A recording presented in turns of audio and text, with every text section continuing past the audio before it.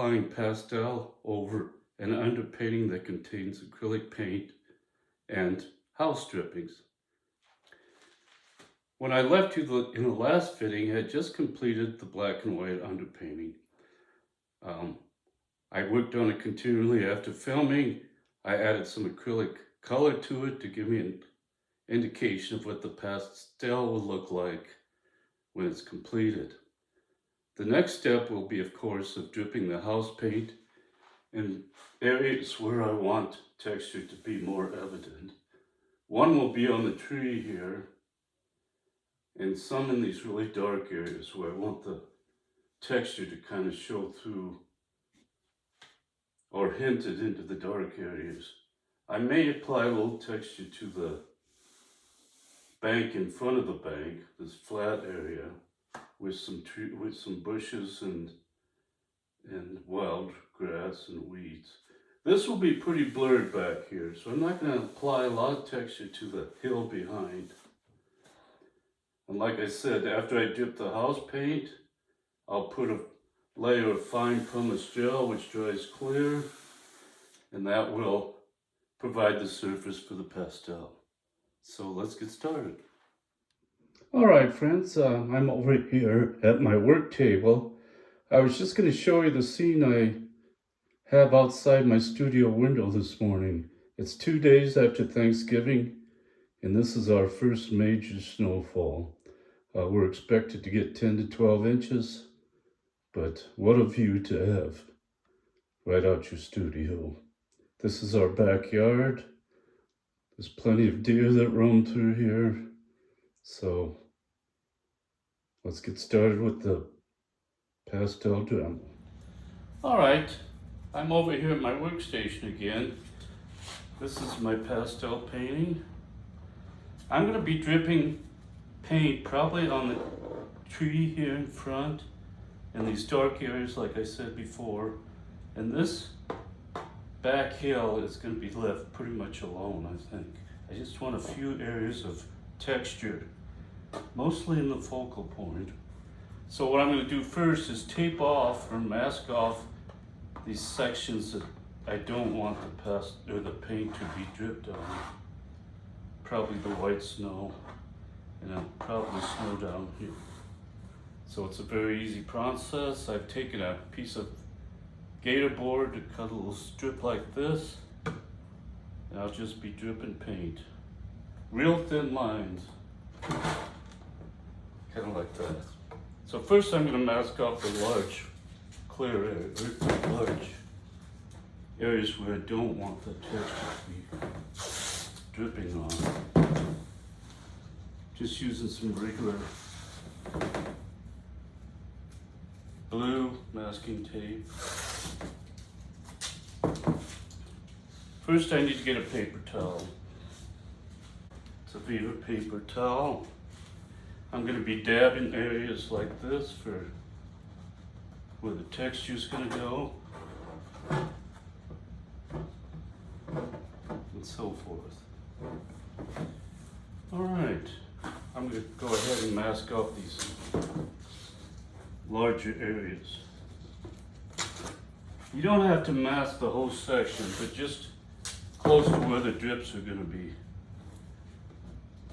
dripping on. If you go over it, it's not a big deal. In fact, I kind of welcome those kind of loose texture that stream out of the center part of the texture. So these are just abstract places where I'm putting the texture. I won't spend a lot of time on this. Sometimes I do, but for demonstration purposes, I'm just showing my technique. So this is what it looks like when I have masked off some areas. Like I said, I want to drip paint in the areas that are exposed. So the first thing I'll do is go over that tree in the foreground. And I like to get really thin lines. So I'm dripping the whole area here.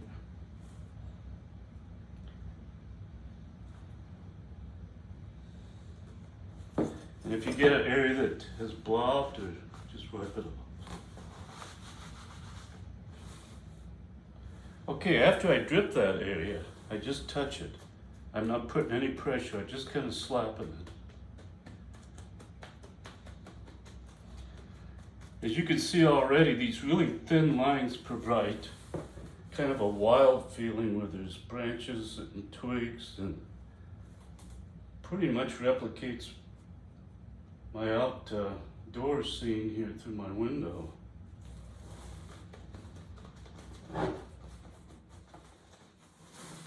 All right, when it dries, I'll be ready to apply a layer of fine pumice gel, which I said will dry clear. So I'm getting close to the actual pastel painting, so to speak.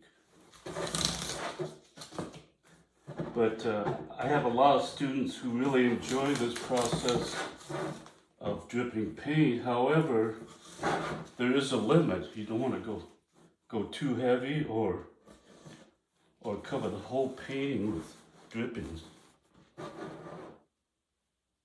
All right, like I said, I'm going to let this dry for a few minutes. I'll be back with the fine pumice gel. Okay, while I'm waiting for this acrylic to dry, I'm also going to use my hair dryer to speed up the process. A question did come up about what kind of house paint do I use for the drippings. And what I usually do is just go to our local hardware store, and they always have mixed paint that they've mixed around. So they'll sell it at half price, or sometimes even give you a few cans of it. Now this happens to be the color I really like, which is kind of a purple warm, and it's an acrylic semi-gloss. I was a little reluctant to use semi-gloss, but I really like it better because it has kind of a plastic coating to it that really stands out when I just press my finger across the top of it. So I've used it in the previous paintings and I really like it. So yeah, any house paint will work, but I'm kind of settled with semi-gloss house paint. Exterior house paint. Okay, this is pretty well dry now. This is the fine pumice gel I use. It's a golden product. Let me turn her around. Fine pumice gel. It comes in gel form. I mix it with water, and I've been mixing it pretty thin. So all I want is a light coat so I can still rub my hand across it after it dries and feel some of that texture. It has pumice in it, much of the same ingredients sanded paper has. So this works well. It runs about $30 a jar here. I usually lasts me probably all summer and most of the fall. Okay. Like I said, I mixed it pretty thin, and I'm just going to coat this painting very quickly here. It does have a cloudy appearance before it dries, but that will dry perfectly clear.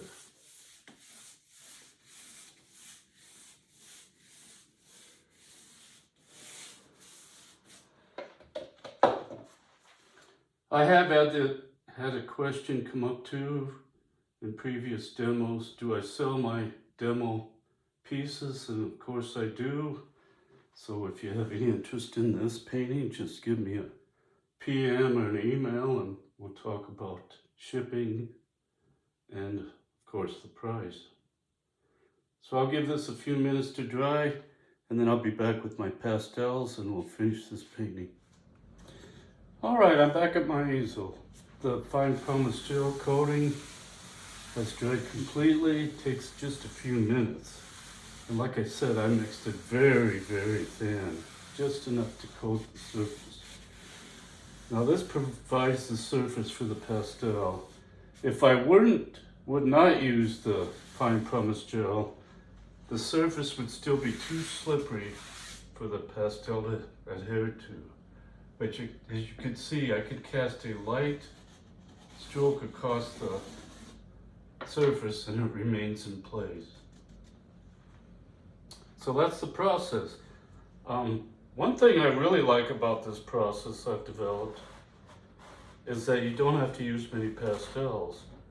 Now, if I was going to do this for a competition, say IAPS, International Association of Pastel Societies, or the Pastel Society of America, I would have to assure that at least 80% of this surface has pastel on it. And that's the requirement. But it doesn't say how thick the pastel has to be. So you can actually cast a complete stroke across the surface and tap it. And if you were to rub the surface, the pastel would come off. And that is the requirement for entering a competition for either IAPS or the Pastel Society of America. I have been fortunate to win several awards from the International Association of Pastels Societies for this technique, including the Best of Show and the International Association of Pastel Convention in Albuquerque. Since then, I think I've won 3 or 4 additional awards throughout the years, but it's always nice to come up with something that's completely your own. I've had several people online try to replicate this, and some of them are doing a very good job. One thing that I've always done, and I continue to do, is give credit where credit is due. If I develop a system that's my own, of course, I'll put it out there. But if I'm using somebody else's technique that they developed, I try to include them in my demos. If I have a technique that I've used that's had Albert Handel's, I'll try to give him credit for developing that and the fact that I'm using it as part of my process. So just an afterthought there. Okay, that being said, let's start with the pastels. And of course, with pastels, I start with the darks first. I've arranged them on my board in front here. I'll just tilt this down and show you just a few pastels. Okay.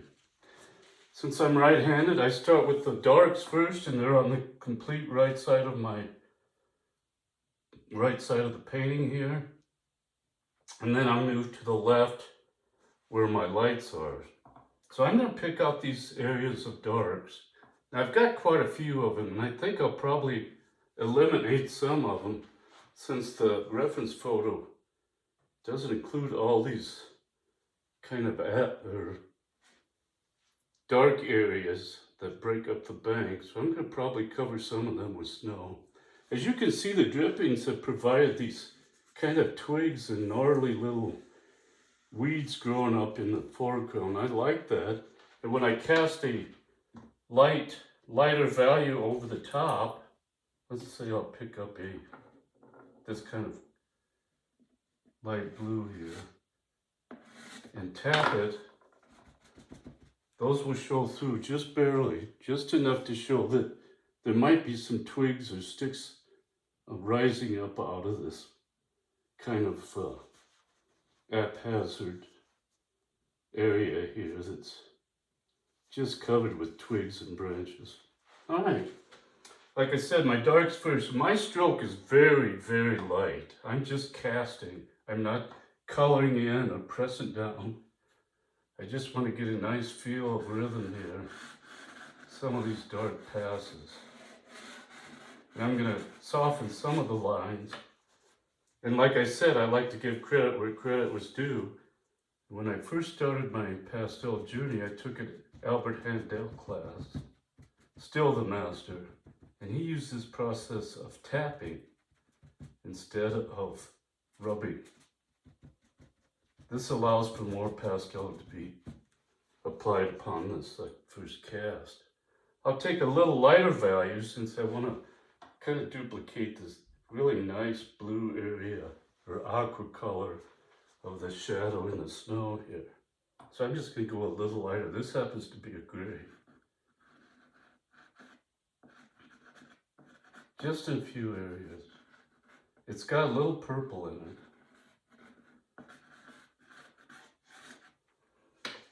All right, just working with values here. I'm gonna go ahead and add this really nice little tree in front. To develop this kind of aqua color here, it's a combination of ultramarine blue here and just a little lighter value to provide a little light in the shadow here. Again, just barely touching the surface.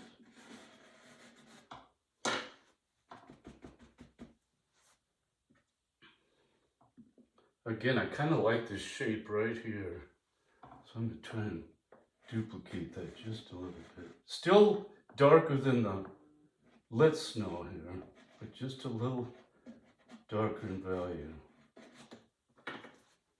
This provides an area where the eye can rest and probably will go to first when you first start viewing this painting.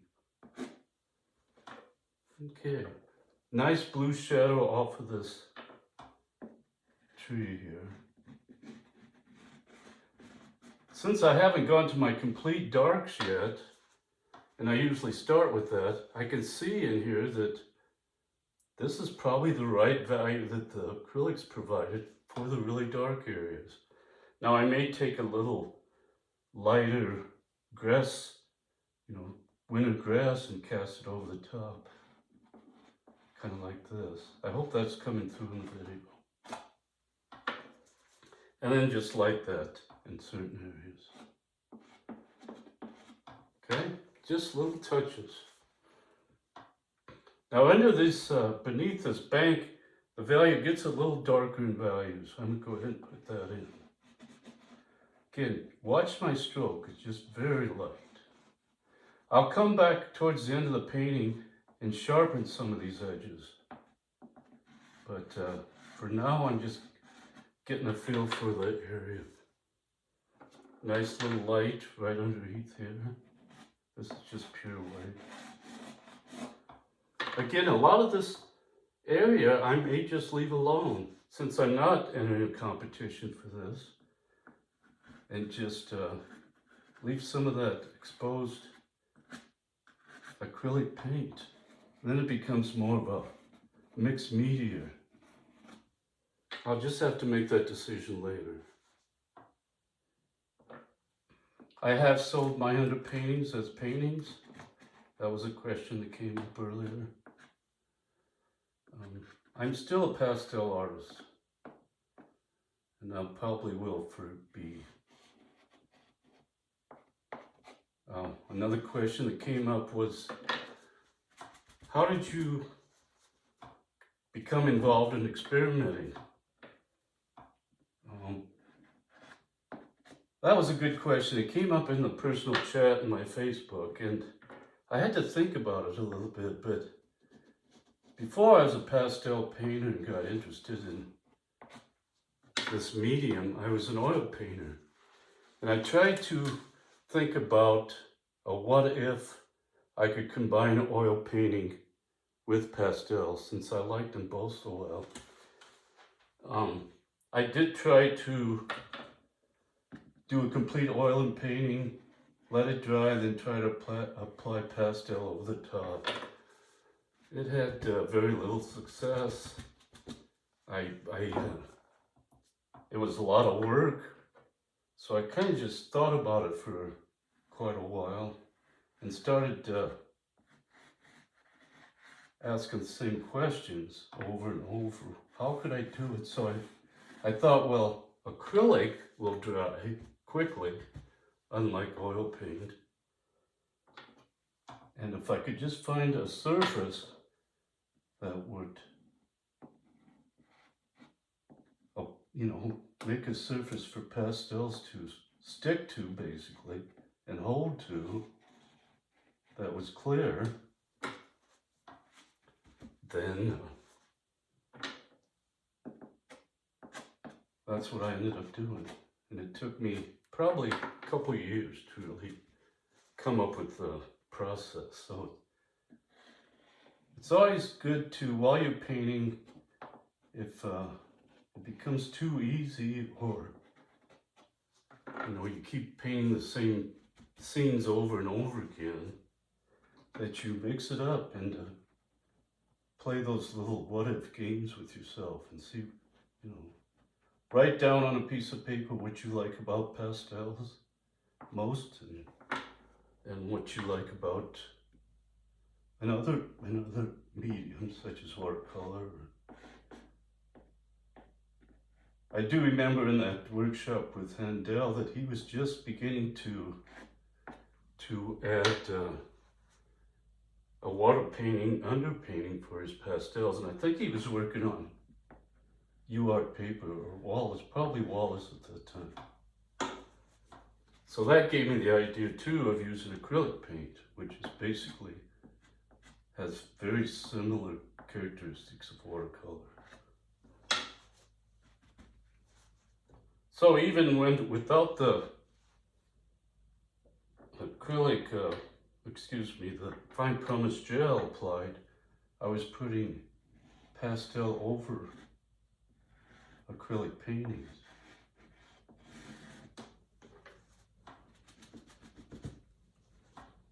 Right. And then of course I developed, found this fine pumice gel online and gave it a try from the Gold Company. By the way, I'm not an employee of the Golden Company, or I like the products, so not being paid for that. Okay, another little trick I like to use to take this workable fix-it-up and just spray an area, because it'll darken instead of, well, it will allow you to apply more pastel to the painting, but initially it will darken that. So I want to darken this area. So I'll just bring that in just a little bit. And maybe a dark area up here. Like I say, it's designed to be able to add tooth to the pastel surface, so you can apply more pastel on top. Okay.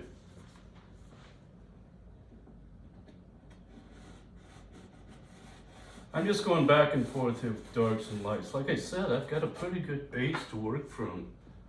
So this is going to be a pretty easy application of pastel. And my purpose for this video is to just give you my technique. I'm not really interested in completing the whole painting yet. So I will post this finished painting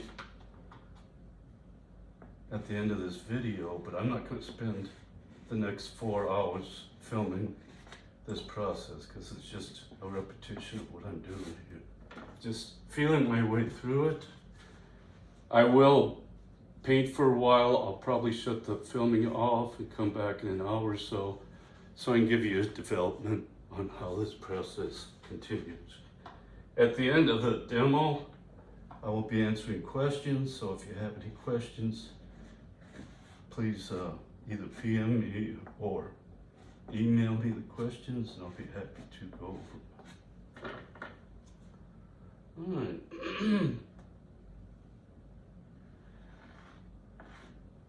These are just those really thin trees that are just starting to develop, that fill up the whole area.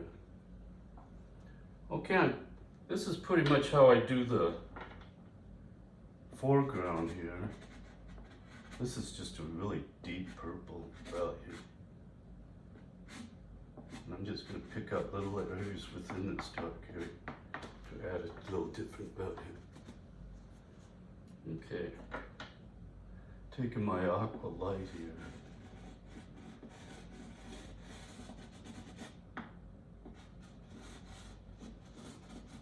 Again, you can see how that pastel cast is just picking up that texture enough to replicate really little bushes and thin lines.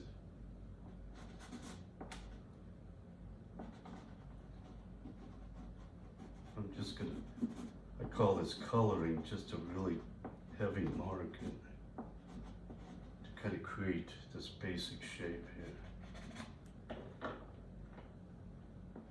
I'm going to cover this up just a bit. There we go.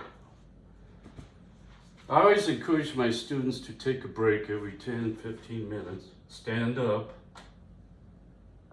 walk back and check your progress, because if you're like me, if I spend too much time sitting and painting, I automatically start working in one area without seeing the whole painting. So in order to avoid that, I've always painted standing up and stepping back regularly to check the progress. There are some nice little peaks of light poking through me. So I will do that.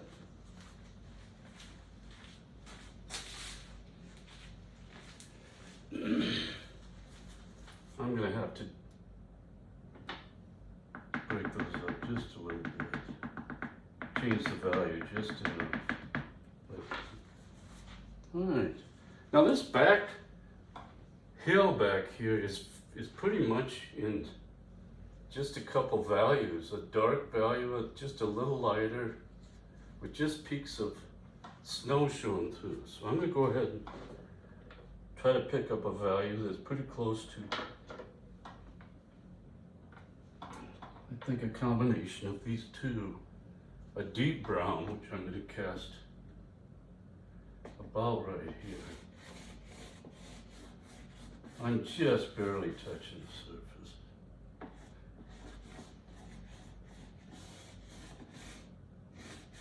And some of those dark areas actually are peeking down here in terms of shadow. Trying to let some of that warm color from the underpainting just show through in peaks of warm light coming in. Now these values of those colors may be a little too warm, so that'll be something I'll have to address at the end of the painting. Again, the old Andel tapping really helps to smooth these textures in the back.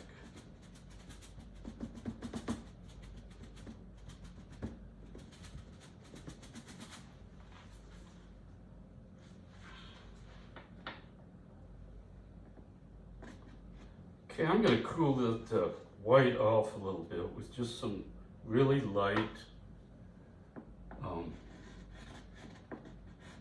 peaks of snow. Cooling this off will help the painting to go back in distance. Warmer colors in front, cooling back.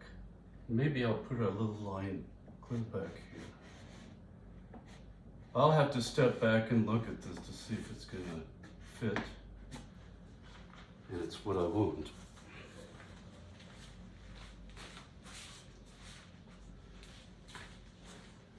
All right, now the texture is not so heavy back here, but as you can see, it's picking up little areas of changes in value, which may be a tree. So if you can see this at all, I'm just going to go ahead and put that in.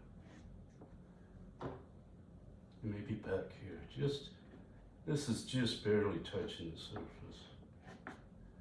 It's a little warmer, so it'll be in front of this mass of bushes and trees and back hill. Just spread it out a little bit. Okay. Now you can see these little shapes here, and they'll be picking up light just a little bit. Some just, I don't want this right in the middle, so I'm going to put just back here a little bit.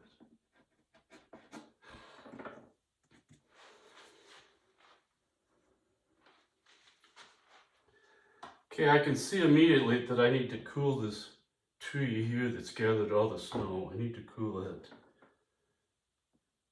temperature down just a little bit. It's just a little too bright for that area. And it's mostly in shadow. Okay. It develops kind of an iridescent look to it that I'm trying to, as that cool snow hits the light. Okay. And there's a bit of light coming through it right here. Oops. Let's go with this color. Just picks of light there.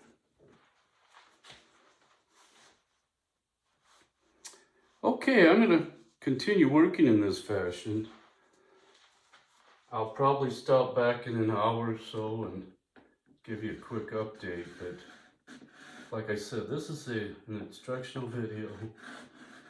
I'm not here to paint for 4, 5, 6 hours in pastels. For one thing, I'm not that good at filming while I paint, so that in itself becomes a real challenge, for me anyway. So the next time you see me, I'll probably have most of this painting completed. I'll answer some questions. I'll go over some of my thoughts on pastel painting, what I like about it, how I developed the idea for using acrylic paint, where that idea come from, the importance of just experimenting.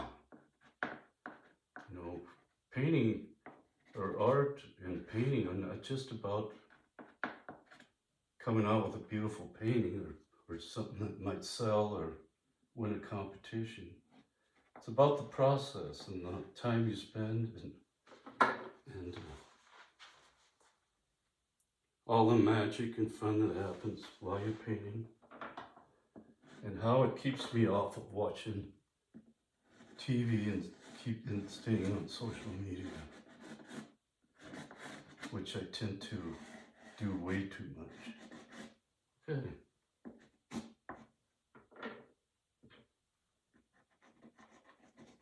Got a little dark in it. So I'll see you in a few minutes. All right, friends, you can see that I've moved into a different room where there's a little less dust, a little less noise, and gives me a place to kind of sit quietly and look at the painting and see if there are any additional touches I need to put on it. Right now, I'm pretty satisfied with it. I was able to get the feeling of cool and warmth, and the fact that this shadow was so striking, kind of that aqua flavor that you get when the light's just right in the winter. I also wanted to address a few of the questions I recently received through my emails and personal messages. The first one is, how do I ship my pastels when you sell them? When I sell my pastels from home here, I don't sell them with the frame. I always ship them without the frame. I've had too many instances where the frames were damaged, they were broke or separated, whatever. So I just wrap them in glassine, which is a material that most artists I am aware of wrap their pastels in because it doesn't smear and it doesn't cling to the pastel. I'll wrap them in glassine and pack them in a strong box for artists, which the Uline company provides. They have a selection of large sizes to small sizes of artists' strong boxes. They're fairly pricey, but I've never had any problems shipping in this fashion. Okay, do I still do in-person workshops? I've kind of reduced my number of workshops to 1 or 2 or 3 a year is all.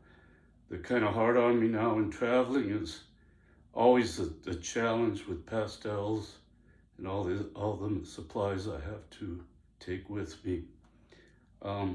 If your organization is interested in me coming to their town, city, to do a workshop, just contact me and we'll talk about the logistics and what my schedule is. Do you do online Zoom demos? This is something that's new to me, and I've done a few of these. I actually go online through Zoom with the art association throughout the country and even the world now, and do a 1 hour, 2 hour demo for their members. It's been pretty easy to do. I'm not real good at it yet, but I'm learning. And yeah, I'd be interested in doing some more of those. It was kind of fun. So let me know what you think of this demo, if you're happy with it, if you'd like to see more like these. I'm kind of new to YouTube, so it's a learning experience for me. So until next video, I'll see you online.